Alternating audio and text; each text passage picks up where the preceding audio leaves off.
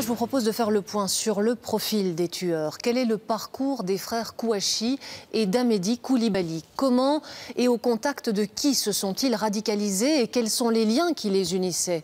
Élément de réponse avec Tidiem Kouache. C'est désormais une certitude. Les frères Kouachi et Amedy Coulibaly ont ensemble planifié et coordonné leurs attaques. C'est ce qu'a confirmé hier Coulibaly à la chaîne d'info BFM TV lors de la prise d'otage porte de Vincennes. On s'est juste synchronisé pour le départ. Ça veut dire quand ils ont commencé Charlie Hebdo et moi j'ai commencé à faire les policiers. Mais derrière ce lien entre eux, le réseau terroriste semble bien plus élargi.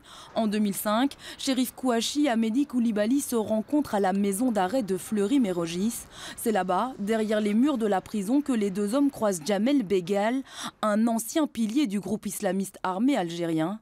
Il se serait radicalisé auprès de lui. Djamel Beghal a été condamné pour avoir projeté un attentat à Paris dans le milieu des années 90.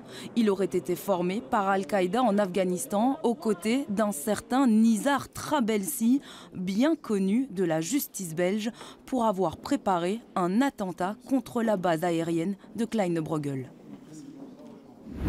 En 2010, Coulibaly est condamné pour avoir tenté de faire évader Smaïn Haït Belkacem, un autre pilier du groupe islamiste armé algérien. Il est l'auteur de l'attentat du RER à Paris en 1995. Cherif Kouachi a bénéficié d'un non-lieu dans ce dossier, mais le cadet des frères reste lié à la filière des Buttes-Chaumont, une filière djihadiste qui envoyait des jeunes combattre en Irak, auprès notamment d'Abou Moukatel, cet islamiste qui a rejoint les rangs du groupe terroriste État islamique. Cherif aurait aussi été influencé par Abou Abdallah, un prédicateur salafiste radical. Quant à Saïd Kouachi, l'aîné, lui s'est rendu à plusieurs reprises au Yémen.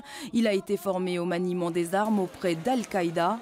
Reste Hayat Boumedienne. Elle a été la compagne de Coulibaly. Elle est aujourd'hui la femme la plus recherchée en France.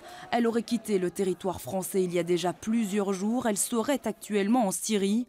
En 2014, elle a échangé plus de 500 coups de fil avec l'épouse d'un certain Cherif Kouachi.